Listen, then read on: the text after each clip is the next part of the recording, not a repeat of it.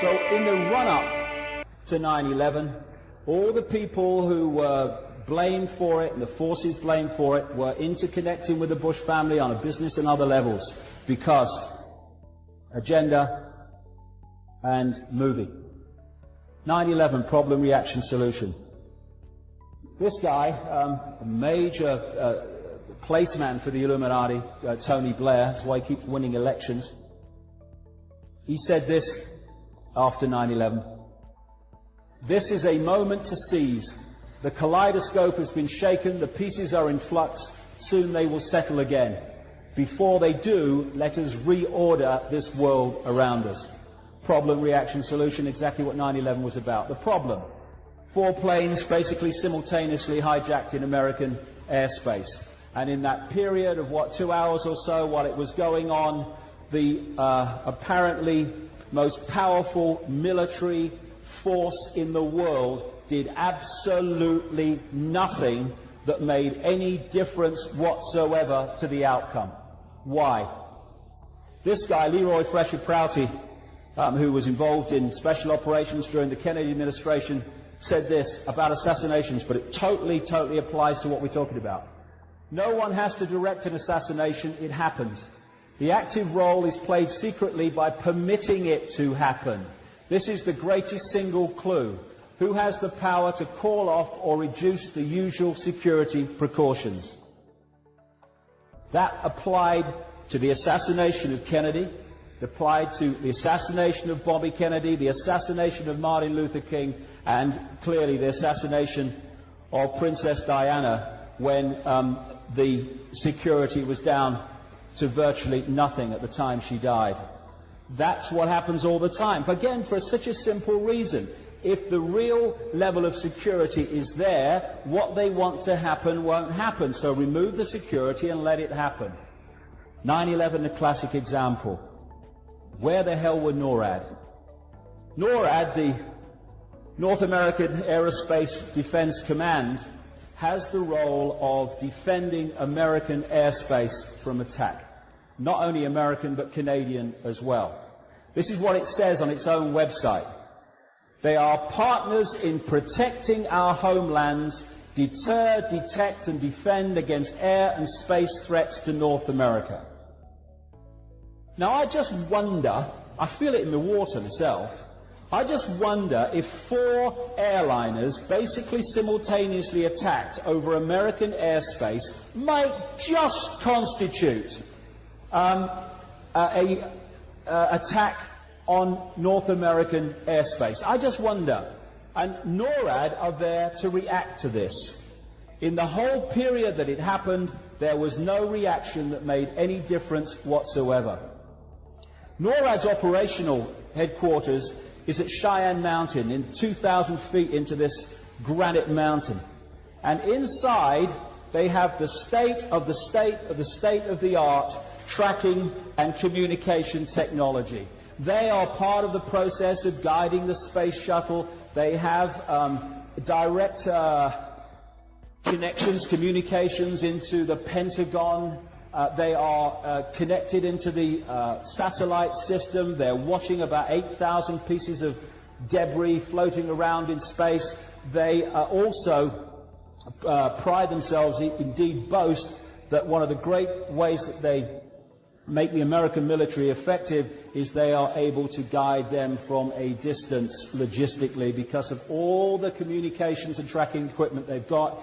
If a missile goes off somewhere in the world, they know about it. When they were asked, why did you not react earlier to these hijacked aircraft, their reply was basically, no one told us.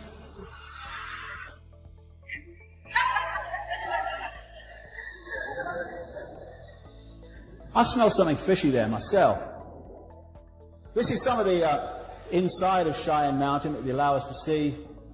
Incredible operation, and they can, someone has a gin and tonic on an aircraft, they basically know about it, And this is some of the scale of tracking equipment that is available. This was in Airman magazine, talking about the capabilities of the Global Hawk unmanned surveillance plane, of which more shortly.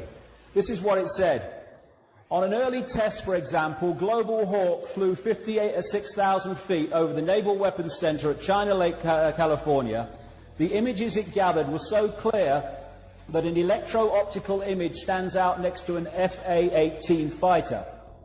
An infrared image showed where concrete had cooled down from the shadow of a C-130 that had recently taken off.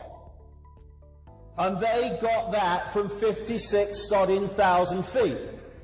And they can't find bin Laden. And they couldn't react quicker to what was happening on 9/11. Please. One of the stories that kind of tells the tale is the one of Flight 77 that hit the Pentagon, which I'll come to in a second. I mean, that was just an incredible example of how this was orchestrated non-response.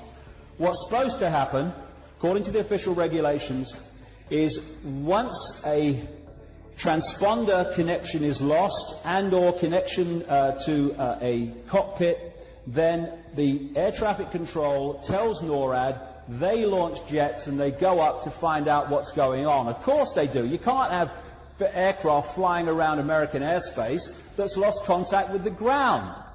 The case of the golfer Payne Stewart was an example of how this operation works all the time.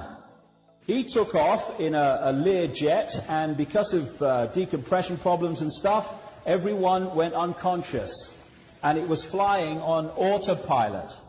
What happened was, NORAD were told by air traffic control, they launched jets, and they tracked it across America until it ran out of fuel and crashed in a place where no one was going to get hurt. That's what they did with a Lear jet. With a 757-767, nothing that made any difference to events. The Federal Aviation Administration, the government civilian part of this operation, the air traffic control and stuff, if the timeline that I was given by NORAD and was confirmed by them is true, so it seems it is, then this organization has massive questions to answer about non-reaction, but they're questions it's not being asked by anyone in authority or the mainstream media. Interestingly, the guy who was running security for the Federal Aviation Administration at the time of 9/11 was this guy, Michael Canavan. His previous job was head of psychological warfare and special operations. Quite a career move, I feel. He left the FAA shortly after 9/11.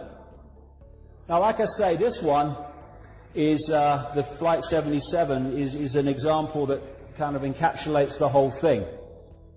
You are, according to Mueller, the FBI chief at the time, you are highly professional hijackers who have been orchestrating this for years, he said. You know, because you only have to go on the internet to find out, what the reaction operation is, the system, to hijackings. That is, the authorities launch jets to go up and see what's going on. So, you take off from Washington Dulles Airport, and your target, we are told, is the Pentagon just down the road. So these highly professional, years in the making terrorists and hijackers plan to confuse people. What they do is fly in a bloody plane 45 minutes into the Midwest. They then hijack it and fly it 45 minutes back to hit a building down the road from where they took off. Yes, that makes sense. It is insane. It is ludicrous. It is the official story. Those two statements are interchangeable, by the way. And it hit, or so we're told, Flight 77 hit the Pentagon without any response from the most powerful military operation in the world when it's flown 45 minutes back from the Midwest to hit the headquarters of the American military. Are you kidding? What they did was launch jets to react to Flight 77 coming in from the Midwest from Langley Air Force Base, 130 miles away. And they all just didn't get there in time. Little question. Why didn't they launch them from the Andrews Air Force Base 10 miles down the road, where they protect the Washington airspace from? I rang NORAD, and I said to them, who defends this airspace across Washington that no one is allowed into? You know, around the centre of Washington and stuff. And who defends this airspace? They said, it's the civilian operation. Oh, you mean the FAA? Yeah. So I go to the FAA and I said, how do you police this no-fly zone over Washington? They said, oh, we just do it as appropriate. Well, what the hell does that mean? What's the point in having a no-fly zone over Washington if you're policing the bugger from 130 miles away? Little bit of a waste of time, one thinks. Of course, where it's policed from is the Andrews Air Force Base. Why then did they not react from there on 9/11? Because it would not have had the effect if they had. The DC Air National Guard, the Capitol Guardians, brackets except on 9/11, say that they protect Washington from attack. So what they say on their website, the DC Air National Guard is located at Andrews Air Force Base. We're home to the 113th Wing, Fighter Squad and all that stuff. The DC Air National Guard stand ready to respond to the needs of the District of Columbia and the nation should the need arise, except on 9/11.